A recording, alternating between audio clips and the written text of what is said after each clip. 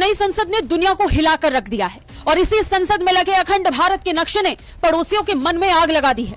तभी तो देश की नई संसद को देखकर नेपाल ने ग्रेट नेपाल का नक्शा निकाल दिया है। देश की नई संसद में अखंड भारत का मैप लगाए जाने की वजह से पाकिस्तान, नेपाल, बांग्लादेश समेत कई पड़ोसी देश बौखला गए। वहां के कई नेताओं को मिर्ची लगी।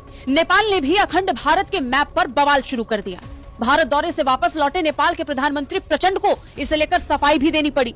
अब इसी बौखलाहट में नेपाल ने एक ग्रेट नेपाल का मैप जारी किया है। ये मैप काठमांडू मेयर बालेंद्र शाह की ओर से आया है, जिसे उन्होंने ग्रेटर नेपाल नाम दिया है और अपने ऑफिस में लगाया है। मेयर शाह इस समय बेंगलुरु में अपनी पत्नी का इलाज करा रहे हैं और इसी सिलसिले में वो भारत में है।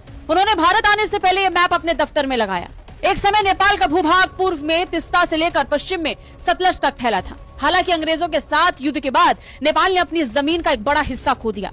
युद्ध के बाद मेची से तिस्ता और महाकाली से सतलुज तक के क्षेत्र को स्थायी रूप से भारत में मिला दिया गया। 4 मार्च 1816 को नेपाल और ईस्ट इंडिया कंपनी के बीच सुगोली संधि पर हस्ताक्षर हुए, जिसने नेपाल के क्षेत्र को मेची महाकाली तक घटा दिया था। मैप में पूर्वी तिस्ता से लेकर पश्चिमी कांगड़ा तक के क्षेत्र को शामिल किया गया है, जो वर्तमान में भारतीय क्षेत्र है। संसद में सबसे बड़ी पार्टी नेपाली कांग्रेस के महासचिव गगन थापा ने इसे लेकर कहा कि ये ग्रेटर नेपाल का नक्शा है और ग्रेटर नेपाल के तौर पर इसे आधिकारिक मान्यता मिलनी चाहिए और प्रकाशित भी होना चाहिए।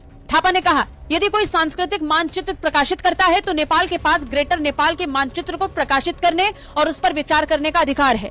यदि नेपाल नए मैप को प्रकाशित करने के बारे में सोचता है तो भारत को उस पर आपत्ति नहीं करनी चाहिए, बल्कि उसे इसे स्वीकार करना चाहिए। पिछले दिनों नेपाल के प्रधानमंत्री पुष्प कमल दहल प्रचंड भारत की यात्रा पर थे। इस दौरान उनकी प्रधानमंत्री मोदी के साथ इस मुद्दे को लेकर चर्चा हुई थी। प्रचंड का दावा है कि उन्होंने इस दौरान अखंड भारत के मैप का मुद्दा उठाया था। नेपाल के संसद में बयान